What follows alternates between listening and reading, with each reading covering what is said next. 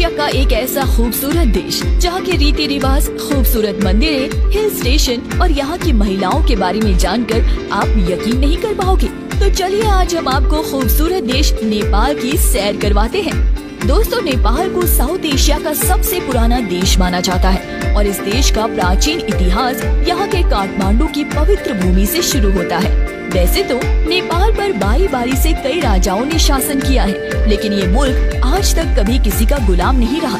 इसलिए तो नेपाल का कोई स्वतंत्रता दिवस नहीं है। भले ही एक छोटा सा देश है जिसकी जनसंख्या सिर्फ 3 करोड़ के आसपास है, फिर भी यहाँ पर 123 से भी ज्यादा अलग अलग भाषाएं बोली जाती हैं। दोस्तों, नेपाल की राजधानी काठमांडू शहर है जो दुनिया के 10 सबसे लोकप्रिय शहरों में से एक है। इस शहर को 2000 साल से भी पुराना बताया जाता है, जो कई प्राचीन मंदिरों का घर भी है। यहाँ का हर एक हिस्सा हिंदू और बौद्ध मठों से भरा पड़ा है। नेपाल दुनिया का एक लौता हिंदू राष्ट्र है जहाँ पर 80% हिंदू, 9% बौद्ध और 11% में अन्य धर्मों के लोग रहते हैं। इस देश की सबसे बड़ी पहचान है माउंट एवरेस्ट और हिमालय, और साथ ही आपको बता दूं कि दुनिया के 10 सबसे ऊंची चोटी यू में से 8 यहीं पर मौजूद है। नेपाल पानी को सुरक्षित करने के मामले में वर्ल्ड में दूसरे नंबर पर है। यहाँ पर पानी को बिल्कुल भी बर्बाद नहीं किया जाता।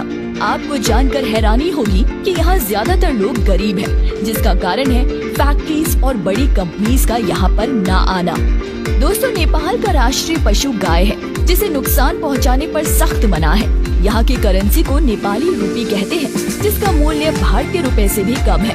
मतलब कि एक भारतीय रुपए नेपाल के 1 रुपए 62 बन जाते हैं। भारत और नेपाल के बीच काफी अच्छी दोस्त है, तभी तो हर भारतीय नागरिक को बिना वीजा और पासपोर्ट के नेपाल में आने की छूट है। केवल एक आईडी कार्ड साथ ले जाना होता है, जबकि बाकी देशों के लोगों को यहाँ वीजा लेना पड़ता है। नेपाल के काफी सारे युवा भारत में काम करने भी आते हैं। इसके अलावा इन्हें भारतीय सेना में भी शामिल किया जाता है। नेपाल के लोग एक दूसरे से मिलते समय हाय हेलो नहीं, बल्कि हाथ जोड़कर हमारी तरह नमस्ते करते हैं। दोस्तों, भगवान बुद्ध के प्रति लोगों में काफी श्रद्धा है और इनकी जन्मभूमि लुम्बिनी सांस्कृतिक है, जो नेपाल में ही है। अब आप सोच ही सकते हैं ये कितना शांत प्रिय देश होगा। यहाँ कभी धर्म या जाति के नाम पर कोई झगड़ा नहीं हुआ। नेपाल में टाइम जोन के मुताबिक नहीं, बल्कि माउंट एवरेस्ट के आधार पर चलता है। इसलिए यहाँ का टाइम दुनिया के समय से 45 मिनट पीछे रहता है। यहाँ के लोगों मोमोज खाना ज्यादा पसंद करते हैं। राजधानी काठमांडू में तो आपको जगह जगह मोमोज की दुकान देखने को मिलेगी।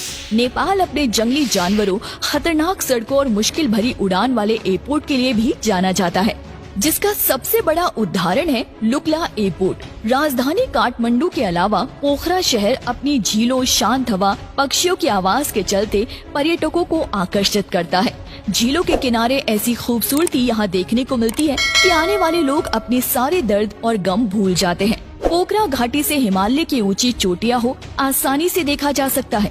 वैसे तो यहाँ अनगिनत मंदिर हैं, लेकिन पशुपतिनाथ मंदिर के प्रति लोगों में अलग ही श्रद्धा है। ये मंदिर हिंदू लोगों के 8 सबसे प्रमुख मंदिरों में से एक है, जो नेपाल के काठमांडू में आता है।